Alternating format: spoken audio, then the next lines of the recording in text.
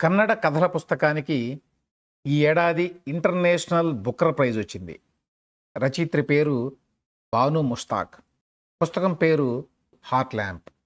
ఈ పుస్తకాన్ని ఇంగ్లీష్లోకి అనువదించింది దీపా భస్తి. అవార్డు కింద 50,000 బ్రిటిష్ పౌండ్లు అంటే దాదాపు 57 లక్షల రూపాయలు ఇస్తారు. ఇందులో సగం రచయిత్రికి, సగం అనువాదకురాలకి పంచుతారు. దక్షిణాది భాషల్లో రచనకి ఈ అవార్డు రావడం ఇదే తొలిసారి. మంగళవారం రాత్రి లండన్లో టేట్ మోడర్న్ హాల్లో ఈ అవార్డు బహుకరణ జరిగింది. భారతీయ భాషల్లో రచన చేసిన వాళ్ళకి ఈ అవార్డు రావడం ఇది రెండోసారి. 2022లో హిందీలో గీతాంజలి శ్రీ రాసిన రేడ్ సమాధి అంటే ఇసుక సమాధి అనే నవలకి తొలిసారిగా ఈ అవార్డు వచ్చింది.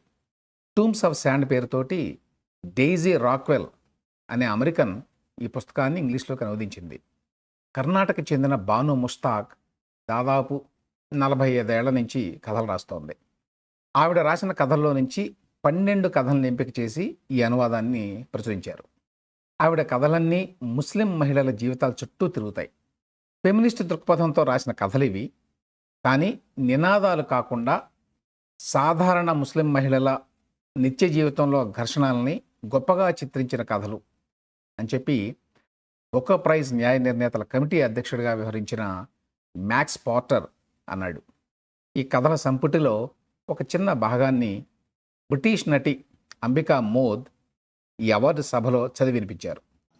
Merrin walked quickly to the kitchen, picked up the matchbox and, holding it tightly in her right hand, quietly opened the latch of the front door and stepped into the yard. She stared into the darkness and made sure she thought of how she had nobody, how no one wanted her, as she poured the kerosene on herself. She was in the grip of a force beyond her control. She looked around, and no sounds reached her, and she could feel no touch. No memories were left, no relationships could pierce her. She was beyond her consciousness. But everything was happening inside the house, where the baby's shrieks of hunger had woken her daughter Salma with a start and made her rush to hold the baby to her chest and call out, "Ami? Ami?"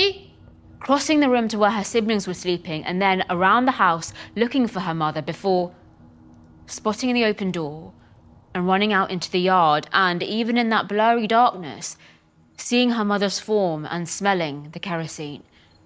Without thinking, she rushed forwards, the baby in her hands, and hugged her mother tightly. Her mother, the matchbox in her hand, looked dispassionately at the young girl hugging her, as if she was expecting someone else. Salma put the baby on the ground and cried, "Ummi, Ummi, don't leave us and go." She held her mother's legs. Salma was sobbing and the little baby was crying on the ground. Merrin looked at them, and she fought to be free of that strange force that had enveloped her. And then the matchbox fell from her hand.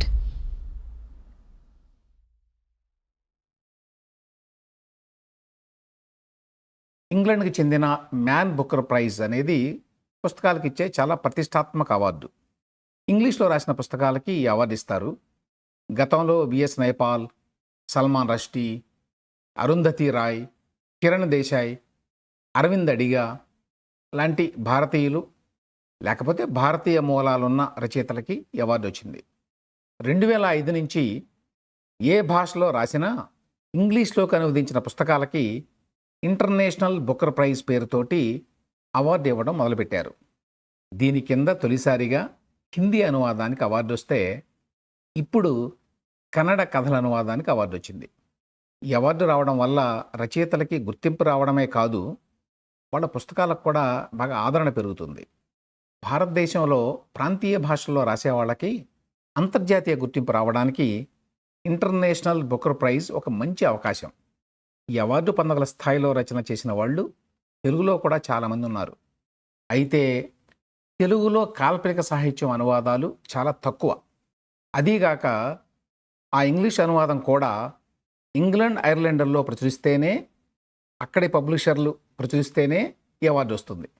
అంటే penguin లాంటి అంతర్జాతీయ పబ్లిషర్లు ప్రచురిస్తేనే అవార్డుకి పరిగణలోకి తీసుకుంటారన్నమాట. అటువంటి ప్రమాణాలున్న అనువాదాలు తెలుగులో రావాల్సి ఉంది. అందుకు ఇప్పుడు కన్నడ కథల పుస్తకానికి వచ్చిన అవార్డు ఒక ప్రేరణ కావాలి.